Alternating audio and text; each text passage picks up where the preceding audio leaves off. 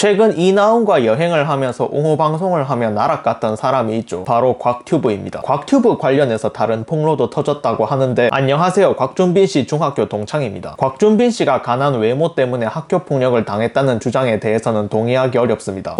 이게 무슨 얘기지? 그래서 더 읽어봤는데, 곽준빈씨가 물건을 훔친 이후에도 딸을 당했던 건 아니었고, 그래도 나름 눈치는 보였겠지만 저를 포함한 일부 학생들하고 원만히 지냈었습니다. 친구가 학교에 DS를 갖고 다녔는데 그걸 훔쳤다가 일이 커져서 들통났던 걸로 기억해요. 곽튜브가 닌텐도 DS를 훔친 적이 있었다. 이게 사실이면 잘못은 맞네. 곽준빈씨가 중학생 때 빵셔틀이었다고 하는데 금시초문입니다. 곽준빈씨가 빵셔틀 했다는 걸 본 적도 없고 그럴 것 같지도 않습니다. 빵셔틀 그런 거 들어본 적도 없다. 하지만 이 다음에 충격적인 내용이 있는데, 다만 컴퍼스나 지우개 가루는 저도 본 적이 있습니다. 지우개 가루 뭉쳐서 던지기는 애초에 곽준빈씨가 훔친 거 들키기 전에도 자주 당했고 원래 애들끼리 많이 하는 장난이었습니다. 준빈씨도 뭉쳐서 던진 적이 몇 번 있는데 이걸 학교폭력이라고 하시면 안 되죠. 그리고 컴퍼스로 찌르기는 누가 한 번 하니까 준빈씨가 엄청 화냈던 걸로 기억합니다. 그 이후에는 또 당했는지는 모르겠지만 제가 본 건 한 번뿐입니다.